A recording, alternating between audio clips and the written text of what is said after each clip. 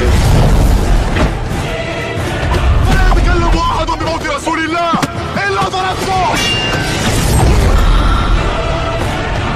جئتك أؤمن بالله وبرسوله وبما شئت به فقد أعذرت إليكم وأعذرتموني.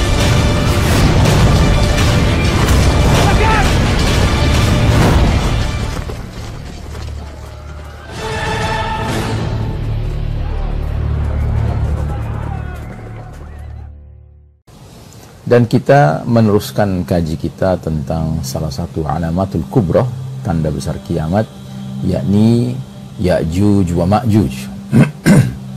Pada pertemuan yang lalu kita sudah mulai memasuki pendahuluan hakikat Ya'juj wa Ma'juj, dan hari ini kita akan meneruskannya, dan kita akan sedikit memberi tambahan penjelasan terhadap dua hadis terakhir, yaitu yang pertama dari Zainab binti Jahsy radhiyallahu anha, bahwasanya Nabi SAW masuk ke kamarnya dalam keadaan fazi'an ini takut, yaqulu la ilaha illallah wailun lil arab min syarrin qad iqtarab.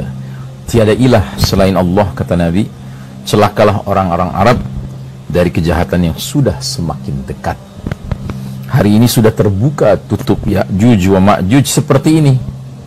Beliau mengisyaratkan jempol dan jari telunjuk beliau. Aku berkata, ya Rasulullah, apakah kita akan binasa sedangkan di tengah-tengah kita masih ada orang-orang saleh? Rasul menjawab, ya. Idza kathura al-khabath, apabila keburukan telah merajalela. Yang berikutnya dari Abu Hurairah radhiyallahu anhu, Nabi SAW bersabda, fatahullahu min radmi Ya'juj wa Ma'juj mithla hadha wa aqada biyadih tis'in. Allah membuka radm, tutup sumbatan Ya'juj wa Ma'juj seperti ini. Beliau melingkarkan tangannya 90. Penjelasan hadis ini dengan beberapa periwayatannya berisi peringatan bagi kaum Arab, bangsa Arab, dari kejahatan atau keburukan yang sudah dekat, yakni terbukanya sumbatan Ya'juj wa Ma'juj. Menurut Syekh Al-Mubayyad, peringatan dari Nabi SAW ini sudah terjadi dengan adanya serangan Mongolia dan Tatar terhadap negeri-negeri Islam di belahan timur. Satu-satunya pihak yang mengalami kerugian dalam berbagai serangan ini adalah Al-Arabiyin, orang-orang Arab. Mereka lah yang kehilangan kerajaannya tanpa sisa sesudah serangkaian serangan yang meruntuhkan Khilafah Abbasiyah, sehingga kerajaan berpindah ke tangan kaum non-Arab sesudah itu. Siapapun yang mengkaji deskripsi dari para ahli ataupun ilmuwan terhadap serangkaian serangan bangsa Tatar dan meneliti berbagai riwayat tentang sifat dan karakter Ya'juj Ma'juj dan Turk dalam sunnah-sunnah Nabi SAW, niscaya dia temukan kemiripan di antara keduanya. Tersisalah pembicaraan bahwa hadis ini bertutur tentang salah satu ekspedisi bangsa Turk atau Ya'juj Ma'juj, dan bagi mereka masih tersisa satu ekspedisi terakhir menjelang as-sa'ah, hari kiamat, di era pemerintahan Nabiullah Isa alaihi salam kelak nanti. Inilah yang dimaksud pada 10 tanda besar as-sa'ah, hari kiamat. Kita cermati pada ekspedisi terakhir bangsa Ya'juj wa Ma'juj bahwa seluruh penduduk bumi terganggu oleh kaum ini. Adapun ekspedisi bangsa Tatar itu sendiri sangat menyakiti bangsa Arab secara khusus karena menyebabkan terampasnya kerajaan dari mereka tanpa bekas. Inilah yang menguatkan pendapat bahwa hadis-hadis yang telah dipaparkan sebelumnya hanyalah menunjuk pada serangan ini. Jadi saudara rahimakumullah, Syekh Mubayyad berijtihad bahwasanya Ya'juj Ma'juj ini menebar fasad mereka itu gelombang demi gelombang. Dan yang dibahas dalam hadis yang tadi kita bicarakan, terutama ketika Nabi SAW tampil di rumah Zainab binti Jahsy radhiyallahu anha dengan penampilan yang seperti takut itu, dan mengatakan la ilaha illallah wailul lil arabi min syarrin qad iqtaraba. La ilaha illallah, celakalah bangsa Arab dari suatu kemudaratan, ya, keburukan yang sudah dekat. Nah, ini termasuk merupakan bahagian dari gangguan Ya'juj Ma'juj, tapi bukan gelombang yang terakhir yang berkenaan dengan alamatul kubra, sebab ini hanya khusus kepada bangsa Arab. Sementara gelombang terakhir nanti terjadi sebagai salah satu dari alamatul kubra, tanda besar, yaitu di masa kepemimpinan Isa alaihissalam, dan yang akan merasakan fasad, kerusakan dari al-mufsiduna, para perusak Ya'juj Ma'juj ini bukan semata bangsa Arab, tapi seluruh umat manusia.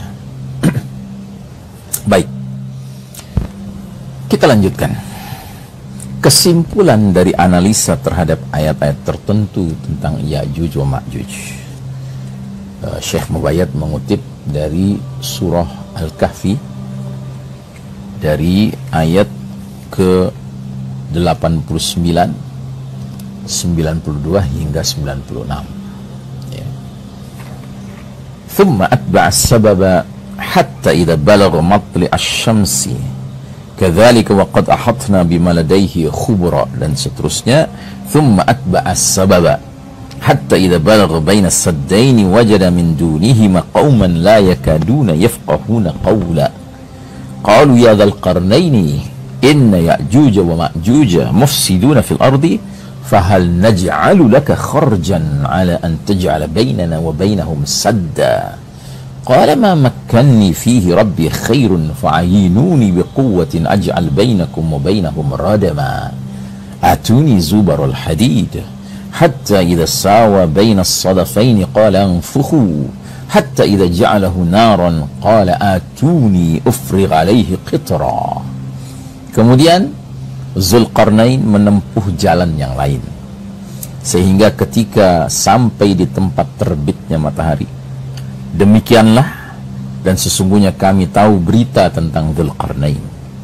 Kemudian ia menempuh satu jalan lain lagi, hingga apabila dia telah sampai di antara dua gunung, baina saddain, ia mendapati di hadapan kedua gunung itu suatu kaum yang hampir tidak mengerti pembicaraan. Mereka berkata, hai Zulkarnain, sesungguhnya Ya'juj dan Ma'juj orang-orang yang membuat kerusakan di muka bumi, mufsiduna fil ard.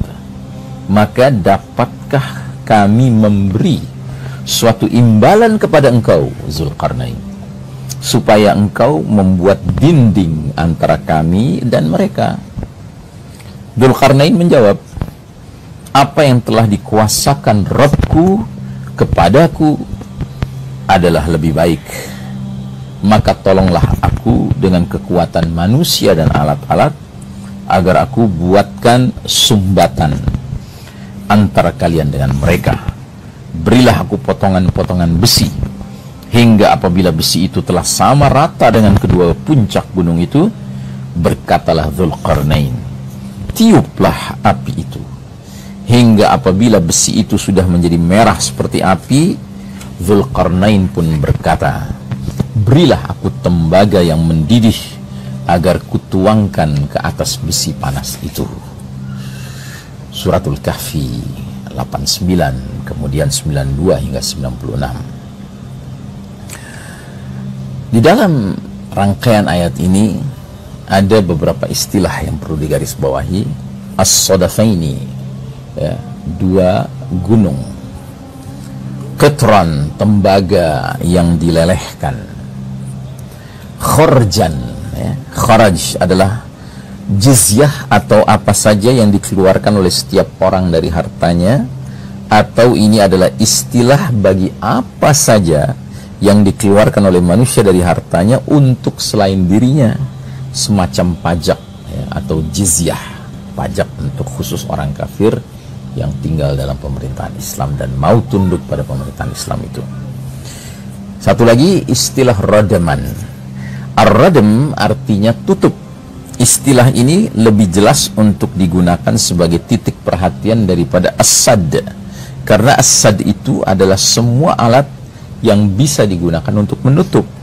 Adapun ar-radam artinya meletakkan sesuatu di atas sesuatu, sesuatu di atas sesuatu ya. Baik berupa batu, tanah, atau yang sejenis dengan keduanya, sehingga dengan kombinasi tersebut terbentuklah penghalang yang kuat. Jadi semacam sumbatan, benar-benar kuat dia, penutup yang kuat, sumbatan. Salah satu hal yang menunjukkan hal ini adalah Dzulqarnain telah mengunci dengan sempurna jalan yang terletak antara dua gunung dan atas dataran yang luas. Masya Allah Ta'ala. Nah, saudaraku rahimakumullah, penjelasan tentang hal ini ada beberapa catatan dari Syekh Mubayyad. Yang pertama, ringkasan global tentang kisah Dzulqarnain. Ayat-ayat ini memaparkan kisah perjalanan Dzulqarnain ke arah terbitnya matahari atau ke arah timur. Dalam perjalanannya secara kebetulan, qadarullah tentunya, dia jumpa satu kaum di antara kaum-kaum yang kehidupannya masih sangat primitif di wilayah timur itu. Mereka tidak memakai sesuatu pun untuk menutupi tubuh mereka dari terik panas matahari, seperti rumah atau semisalnya. Mereka lebih mirip suku-suku primitif dan sangat terasing yang masih bertelanjang kaki, bertelanjang badan, dan juga tidak memiliki satu bangunan pun untuk berteduh. Selanjutnya, Dzulqarnain menuju ke arah lain, bukan ke timur dan bukan ke barat. Ia tempuh perjalanan menuju ke utara, sebagaimana yang telah dituturkan oleh Asy-Syaukani dalam kitab tafsirnya, hingga sampailah ia ke dua rangkaian gunung yang sama tingginya. Ya. Di antara kedua gunung itu ada satu-satunya jalan yang bisa dilewati, yang menghubungkan antara wilayah timur dan barat. Di kawasan itu, Dzulqarnain menjumpai beberapa kaum yang bertempat tinggal di pegunungan. Kaum-kaum itu hampir dapat dikatakan sebagai penduduk pribumi terisolir yang belum berperadaban, serta tidak mampu memahami sesuatu dan tidak dapat berbicara dengan bahasa yang baik. Mereka yang hampir tidak mengerti pembicaraan. Jadi mereka benar-benar alienated ya, teraliansi ya, teralienasi ya, terisolir, sehingga mereka tidak memiliki kemampuan berbahasa ya, sebagaimana yang dimiliki kaum-kaum lainnya. Kaum itu menerangkan bahwa mereka sangat sering diganggu oleh dua kaum, dua bangsa, yaitu Ya'juj wa Ma'juj. Mereka minta kepada Dzulqarnain agar mau membantu mereka membuat tutup atau semacam sumbatan yang akan diletakkan di antara mereka dengan bangsa-bangsa mufsiduna fil ard itu, perusak-perusak di muka bumi itu. Bahkan mereka sudah siapkan upah besar ya, hasil kumpulan ya, dana yang disumbangkan oleh kaum itu ya, masing-masing orang di dalam kaum itu ya, untuk membayar pekerjaan tersebut kepada Dzulqarnain. Dzulqarnain pun segera bekerja membuat tutup dari besi dan tembaga yang dilelehkan, sehingga dia berhasil membuat sumbatan kuat dan terkunci di jalur yang biasanya dimasuki oleh bangsa Ya'juj wa Ma'juj untuk menuju wilayah barat di antara dua gunung tersebut. Ini baru kesimpulan pertama. Kita akan lanjutkan pada pertemuan berikutnya. Wassallallahu ala nabiyyina Muhammadin wa ala alihi wa ashabihi ajmain.